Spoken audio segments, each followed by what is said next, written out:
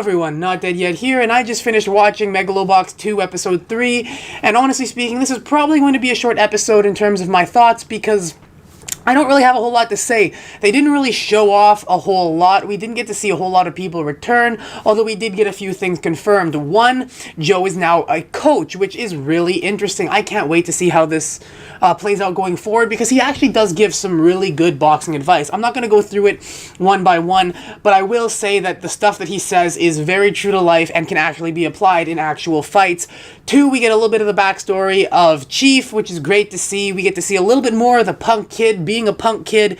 And four, we get a little bit of reconciliation and a little bit more of a hint into Joe's past, as well as a few name drops and references to people in Ashitano Joe. So let's go through those really quickly. Chief's past, losing his son on the way over.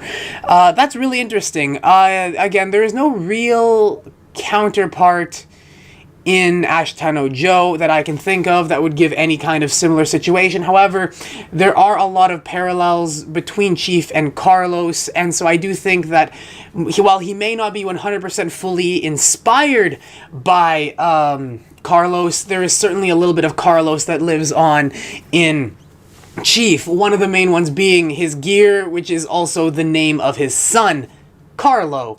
Like, come on, that is obvious reference to Carlos Rivera. But not only is Carlos kind of referenced in the name of Chief's gear as well as the name of Chief's son, but also in how he fights. When Chief pretends to get knocked down only to stand up and then knock out his opponent is very, very similar to Carlos pretending to be incredibly incompetent and then knocking people out left and right in order to make it so that people would not be scared to fight him. That happened in Ashitano Joe, and it is very in line with what Chief is currently doing, especially when he says, I have the acting skills to win me an Oscar. I find it really interesting how they talk about the struggles of immigrants in terms of the hate they get, and especially when it says the whole no stray dogs allowed, because obviously, as we know, Joe, both of them, Ashitano Joe and Megalobox Joe, are stray dogs with no real home.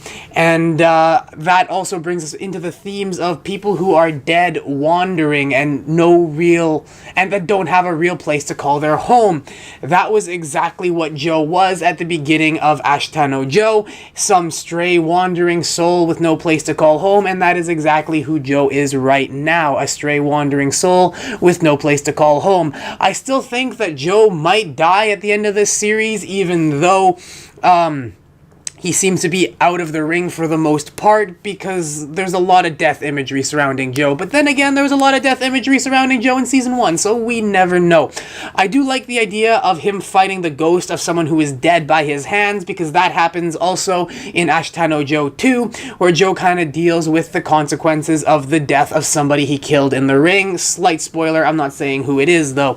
So yes, Joe does end up fighting from Ashitano Joe, Joe from Ashitano Joe, Joe Yabuki ends up fighting the ghost of someone long dead, who he is responsible partly for killing, which is really interesting to see that parallel come back here in Megalobox. It's also really interesting to see Joe kind of reconcile with his past, asking Pops to fight with him one last time, and as the as the darkness fades away, the light shines on into his face, so we can see that there may be more of a future for Joe in this series, which is great. He shaves the beard, much like Samurai Jack, once he gets kind of his mojo and his inspiration back, and you love to see that. You love to see Joe start to pick himself up and carry on.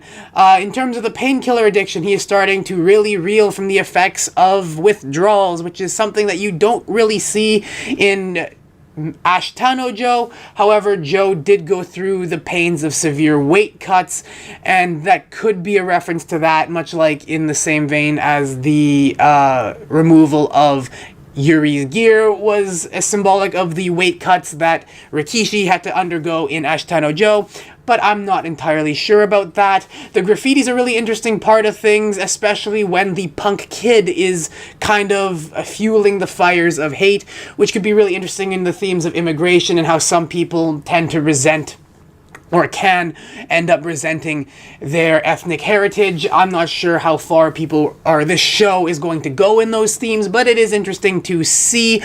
And the ending of this episode has me intrigued, where they throw a Molotov into Chief's trailer and he douses himself with water and runs in to go save something. I don't know what, but I cannot wait to find out.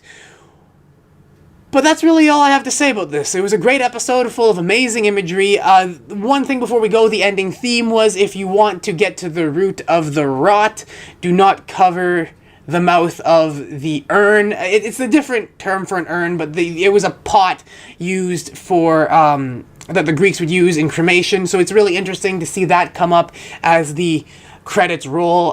There's probably a lot of symbolism hidden behind there, but I haven't had the time to think about it too much. But I mean, it probably is something to do with the dead rotting away at the living, which is kind of what's going on with Joe, as well as with Chief and his dead son, and how he went down a very similar downward spiral that Joe did.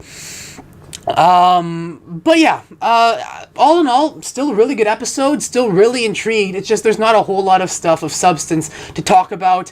I just feel like this is more just a setup, transitionary episode into what's to come, because I do believe that we are going to see more of everyone that we have missed, like Aragaki, Yukiko, and Yuri, because it was actually confirmed that this tournament is in fact Megalonia. So I'm excited for next week's episode because I cannot wait to see what happens. Maybe this fire will put Chief out of commission and force Joe to step back into the ring again. Who knows? But until next week, I'm not dead yet, and if you aren't either, there is always a tomorrow waiting for you.